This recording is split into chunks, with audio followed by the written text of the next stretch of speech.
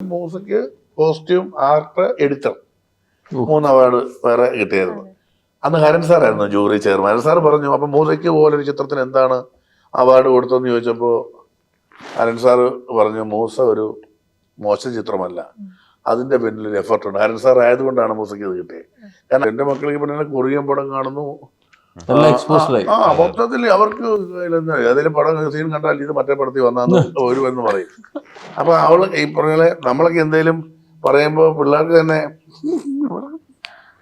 ഇയാൾക്കൊന്നും ഇതുവരെ ഇയാളൊക്കെ എവിടുത്തെ നടന, എവിടുത്തെ സംവിധായകനാന്നുള്ളൊരു റിയാക്ഷൻ തരുന്നുണ്ടോ എന്ന് നമുക്ക് തോന്നിയിട്ടുണ്ട്. അതിനൊരു പരിധി വരെ അതിനൊരു വേറൊരു രീതി കൊണ്ടുവന്ന ഹരിഹരൻ സാറിന്റെ പണ്ടത്തെ സിനിമകള്, പൂച്ച സന്യാസി പോലുള്ള സിനിമകൾ പുള്ളി ഹ്യൂമർ ചെയ്തു. അത് കഴിഞ്ഞിട്ട് പിന്നീട് പ്രിയൻ സാർ വന്നു, അദ്ദേഹത്തിന്റെ ഹ്യൂമർ പരിപാടി. അപ്പോൾ അതിനോടൊപ്പം തന്നെ ഇവിടെ വേറൊരു കോമ്പിനേഷൻ ഉണ്ടായി, സത്യനന്ദിക്കാട് ശ്രീനിവാസൻ. സത്യൻ സാറും ശ്രീനിയേട്ടനും കോമ്പിനേഷനിൽ നല്ല സറ്റയറായിട്ടുള്ള, വിമർശനമുള്ള, രസമുള്ള നാട്ടുമ്പുറം പരിപാടികളിൽ ഗംഭീര ഹ്യൂമർ വന്നു. അപ്പം മുതലേ ഹ്യൂമറിന് അവരാണ് എനിക്ക് തോന്നുന്നു ഹ്യൂമറിന് വേറൊരു തലം കൊണ്ടുവന്നു.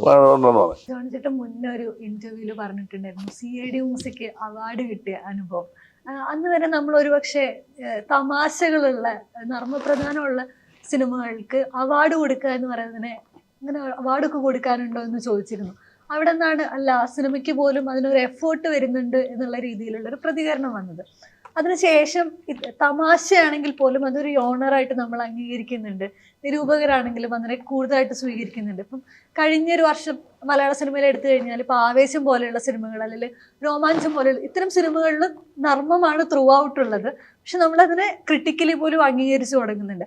ഈ തമാശ ചിത്രങ്ങൾക്ക് ഒരു വേറിട്ടുള്ള പ്രതികരണങ്ങളാണോ നമ്മുടെ നാട്ടിൽ കിട്ടിക്കൊണ്ടിരുന്നത്? അങ്ങനെ ഉണ്ടായിരുന്നു. എനിക്ക് തോന്നുന്നു ഇപ്പം ഈ തമാശ വളിപ്പ് എന്നൊക്കെ പറഞ്ഞിട്ട് പറയുമായിരുന്നു. അതിനൊരു പരിധി വരെ അതിനൊരു വേറൊരു രീതി കൊണ്ടുവന്ന ഹരിഹരൻ സാറിന്റെ പണ്ടത്തെ സിനിമകൾ, പൂച്ച സന്യാസി പോലുള്ള സിനിമകൾ പുള്ളി ഹ്യൂമർ ചെയ്തു. അത് കഴിഞ്ഞിട്ട് പിന്നീട് പ്രിയൻ സാർ വന്നു, അദ്ദേഹത്തിന്റെ ഹ്യൂമർ പരിപാടി. അപ്പോൾ അതിനോടൊപ്പം തന്നെ ഇവിടെ വേറൊരു കോമ്പിനേഷൻ ഉണ്ടായി, സത്യനന്ദിക്കാട് ശ്രീനിവാസൻ. സത്യൻ സാറും ശ്രീനിയേട്ടനും കോമ്പിനേഷനിൽ നല്ല സറ്റയറായിട്ടുള്ള, വിമർശനമുള്ള, രസമുള്ള നാട്ടുമ്പുറം പരിപാടികളിൽ ഗംഭീര ഹ്യൂമർ വന്നു. അപ്പം മുതലേ ഹ്യൂമറിന് അവരാണ് എനിക്ക് തോന്നുന്നു ഹ്യൂമറിന് വേറൊരു തലം കൊണ്ടുവന്നു. ഇപ്പം മകനായ സംവിധായകൻ ജോർജ് സാറിന്റെ പഞ്ചവടിപ്പാലം, അതിൽ ഹ്യൂമർ എന്തുമാത്രം ഹ്യൂമറുണ്ട്. ഇപ്പൊ ഒരിടത്തെന്ന് പറഞ്ഞ സിനിമയിൽ ഹ്യൂമറില്ലേ, പിന്നെ ഒരിടത്തൊരു ഫയൽവാന ഹ്യൂമറില്ലേ, അപ്പം നമ്മുടെ കള്ളം പവിത്രനെ ഹ്യൂമറില്ലേ. അപ്പൊ അതിലെല്ലാം ഹ്യൂമറുണ്ട്. അപ്പം തമാശ പറഞ്ഞ ഫുൾ ലെങ്ത് തമാശയും അതിന്റെ ഒരു ഇത് വരുമ്പോഴാണ് മൊത്തത്തിൽ ഇത് ചെയ്തിട്ടുള്ളത്. പിന്നെ ഒരു കാലം വരെ സിനിമകൾ ഇങ്ങനെ ചിലപ്പോഴൊക്കെ ഉണ്ടായിരുന്നു, ഈ ഒറ്റപ്പാലത്ത് ഷൂട്ട് ചെയ്യുക, ബലിയിടയില്ല, വള്ളൂരാണ് സ്ലാങ് പറയുക, അങ്ങനത്തെ ഒരു പരിപാടിയും കുറച്ച് ലാഗും ഒക്കെ ഉണ്ടെങ്കിൽ അവാർഡ് എങ്ങനെ കൊടുക്കാതിരിക്കുമെന്നൊക്കെയുള്ളൊരു അത് ടോട്ടലി മാറി. ഇപ്പൊ എല്ലാ സിനിമകളും ഹോളിവുഡിലെ പോലെ പടത്തിന്റെ മെറിറ്റാണ് നോക്കുന്നത്, അതെങ്ങനെ എടുത്തിരിക്കുന്നു, അതെന്ത് പറഞ്ഞിരിക്കുന്നു എന്നൊക്കെ പറഞ്ഞിട്ട് ആ രീതിയിലേക്ക് മാറിയിട്ടുണ്ട്. അപ്പം ഇപ്പം ഇവര് ചെയ്ത പടം കണ്ണൂർ സ്ക്വാഡ്, ആ സിനിമ കാണുമ്പോൾ എന്ത് മനോഹരമായിട്ടാണ് ഒരു പോലീസ് ഒരു സംഘം ഇവിടുന്ന് പോയി ഇത്രയും കഷ്ടപ്പെട്ട് അതിൻ്റെ ഒരു സ്ട്രഗിൾ, അതിൻ്റെ ഒരു ബുദ്ധിമുട്ട്. അപ്പോൾ നമുക്ക് നമ്മുടെ സേനയോട് നമുക്കൊരു ബഹുമാനം തോന്നും. മൊത്തത്തിൽ ഇതേം ഇവരൊക്കെ ഇത്രയും പാടുപെടുന്നുണ്ടല്ലോ എന്ന് തോന്നും. അപ്പോൾ ആ എഫർട്ടുണ്ട്. അപ്പൊ അത് തീർച്ചയായിട്ടും അത് ആദരിക്കപ്പെടേണ്ട. അവാർഡിന് വല്ല പരിഗണിച്ചായിരുന്നോ? അത് വന്നോ? അപ്പൊ ഞാൻ പറഞ്ഞ എനിക്ക് മൂസ ചെയ്തപ്പോ ഏഷ്യാനെറ്റിന്റെ മറ്റേ നവാഗതനുള്ള കിട്ടി. പക്ഷെ music, costume, art, editor 3 award വേറെ കിട്ടിയായിരുന്നു.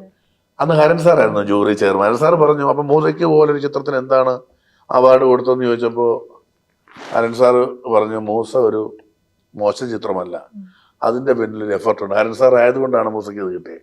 കാരണം അങ്ങനെ എത്ര സിനിമകൾ എടുത്തിട്ടുണ്ട്, പഞ്ചാഗ്നിയും നക്ഷത്രങ്ങളും പോലുള്ള സിനിമകളും പഴശ്ശിരാജ എടുത്തിട്ടുണ്ട്. ഇതിന്റെ എഫർട്ട് നന്നായിട്ടറിയാം. അതായത് പഴശ്ശിരാജ എടുക്കും, നക്ഷത്രങ്ങളും എടുക്കും. അപ്പൊ ആ സംവിധാനം ആയതുകൊണ്ടാണ് മ്യൂസിക് അത്രയും ആദരവ് കിട്ടിയത്. കഷ്ടപ്പാടാണ് സിനിമ. ആ കഷ്ടപ്പാട് പുള്ളിക്ക് അറിയാം. പൂച്ചസന്യാസി എന്ന് പറഞ്ഞ പടത്തിൽ പുള്ളി സ്ലാപ്സ്റ്റിക് അന്നത്തെ കാലത്ത് രസമായിട്ട് ഉപയോഗിച്ചിട്ടുണ്ട്. ബഹദൂർ സാറും രാജ്കുമാറും ഒക്കെ അഭിനയിച്ച പടം അങ്ങനെ ചെറുപ്പത്തിൽ നമ്മൾ കണ്ടവിടെ. അപ്പൊ അതുകൊണ്ടാണ് ഓരോ സിനിമയ്ക്ക് ഞാൻ പറഞ്ഞില്ല, നമ്മൾ ഇപ്പോൾ ചിലർക്ക് ചിലത് കണ്ടാൽ അയ്യോ അതിന്റെ ചിലർക്ക് അങ്ങനെ അതിനോട് സമീപിച്ചിട്ടില്ലാത്തവരായിരിക്കും ചിലപ്പം അങ്ങനെ ഒരു സ്ഥാനത്ത് വരുന്നെങ്കിൽ അതിന് ചിലപ്പം കിട്ടണമെന്നില്ല. പിന്നെ എനിക്ക് തോന്നുന്നു എന്തു കണ്ട് വിലയിരുത്തിയിട്ടൊരു അഭിപ്രായമോ അംഗീകാരമോ കൊടുക്കുന്നതാണ് നല്ലത്. ആദ്യം അതിനെ കാണാൻ പോലും മനസ്സ് കൂട്ടാക്കാതെ അത് കുഴപ്പമാണ് എന്ന് പറഞ്ഞാൽ അത് കുഴപ്പം. മുൻവിധികൾ പാടില്ല.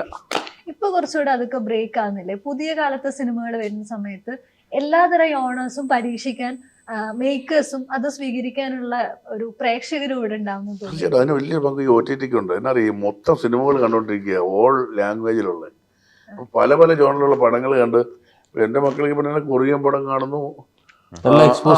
മൊത്തത്തിൽ അവർക്ക് ഏതെങ്കിലും പടം സീൻ കണ്ടാൽ ഇത് മറ്റേ പടത്തിൽ വന്നാന്ന് ഒരു എന്ന് പറയും. അപ്പൊ അവള് ഈ പറഞ്ഞ നമ്മളൊക്കെ എന്തെങ്കിലും പറയുമ്പോ പിള്ളേർക്ക് തന്നെ ഇയാൾക്കൊന്നും ഇതുവരെ ഇയാളൊക്കെ എവിടുത്തെ നടന്ന എവിടുത്തെ സംവിധായകനാന്നുള്ളൊരു റിയാക്ഷൻ തരുന്നുണ്ടോ എന്ന് നമുക്ക് തോന്നിയിട്ടുണ്ട്. കാരണം അവരൊക്കെ ഇവരെ നമ്മളെ വിഷമിപ്പിക്കേണ്ടല്ലോ എന്ന് ഓർത്തിട്ട് പിന്നെ അതുപോലെ വലിയ പൊട്ടത്തരം പറയുമ്പോ അപ്പ അങ്ങനല്ലപ്പാ ഇങ്ങനെയാണപ്പാ എന്ന് പറയും. കാരണം ഇയാൾ നാട്ടുകാരുടെ മുന്നിൽ പോയി ഇത് പറയുന്നതല്ലോ എന്നൊക്കെ പറയുന്ന പോലെ. അപ്പൊ ഞാൻ പറഞ്ഞത് സിനിമ മൊത്തത്തിൽ മാറിയിട്ടുണ്ട്. OTT വന്ന വലിയ അനുഗ്രഹം.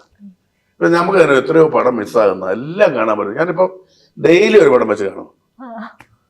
ഇപ്പോഴും സ്ഥിരമായിട്ട് സിനിമകൾ കണ്ടു തന്നെയാണ് പോകുന്നത്. ഇത് തീർച്ചയായിട്ടും നമുക്ക് കാണാൻ പറ്റുമ്പോൾ ഞാൻ പറഞ്ഞു തമിഴിലൊക്കെ ചില വിട്ടുപോയ പടങ്ങൾ കുറെ ഉണ്ടായിരുന്നു. അതെല്ലാം ഇപ്പൊ വാഴ എന്നൊക്കെ പറഞ്ഞ പടം ഞാനിപ്പോഴാണ്.